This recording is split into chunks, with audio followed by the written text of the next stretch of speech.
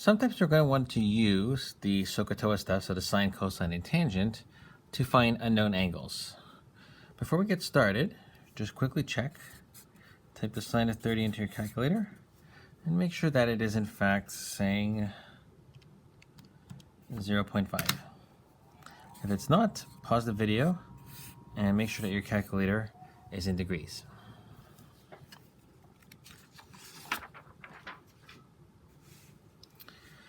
So let's say, for example, we have, I want to know, sine of 30, we're going to kind of know that one.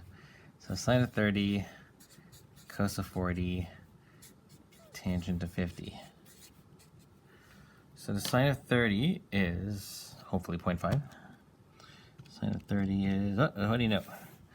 0.5. And the cosine of 40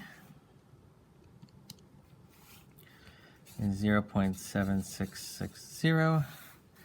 And the tangent of 50 is 1.1918, 175.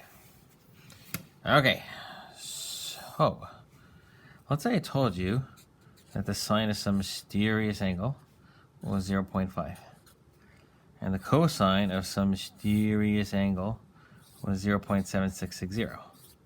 And I said, what are those angles? And I can also say that the tangent of some mysterious angle is 1.1918. Okay. So the sine of 30 is 0.5. The sine of some mysterious angle is 0.5. What is that angle? Well, I know the angle is 30. The cosine of some mysterious angle is 0.7660. It's probably 40, I think it is. And for example, this one is 50. Now, I only know these because I happen to have done the forward version before that. So we need a better way of doing it, one that doesn't involve just randomly guessing angles until, that should be a 40, that's not too clear. That does not involve randomly guessing angles until it works. And our calculator is going to come to the rescue, of course. So what we're going to say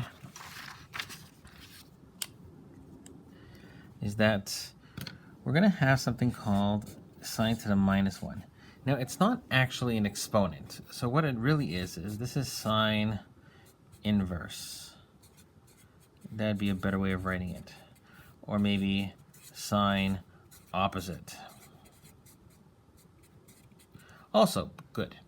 But for whatever reason, we actually write it as sine minus 1. So it's not sine to the power of minus 1, despite the fact that it looks like that. What it is sine to the minus 1 is just a short form of writing opposite sign. So it's going to be kind of an opposite sign function. If you look on your calculator, you have your sine button, and probably on top of it, you're going to have a sine to the minus 1. And your calculator might have it in something else. It could be inverse sine, or who knows. There's always different calculators out there. But either way, you need to find that kind of function on your calculator. And let's say I said that the sine of some mysterious angle was 0.5, and we know the answer is 30. But let's say we didn't know that. What we could do is we could say, what is the inverse sine of 0.5? So that says, what is the angle that gives us a ratio of 0.5? So in this calculator, I would go shift sine, and I would get the sine to the minus 1 of 0.5, and you get 30. And we could go back to those other ones. So for example, if I wanted, let's say I didn't know this was 40, I would do inverse cosine of 0.7660. And I would get inverse cosine of 0.7660. And I would get 40.00396, etc.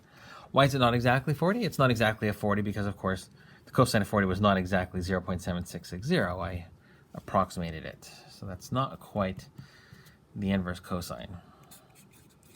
Right, and if I wanted to find 50, I could do the inverse tangent of 1.1918, inverse tangent of 1.1918, and that gives you roughly 50.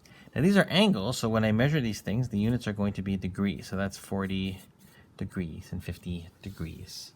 And that's how we use a calculator to find inverse stuff.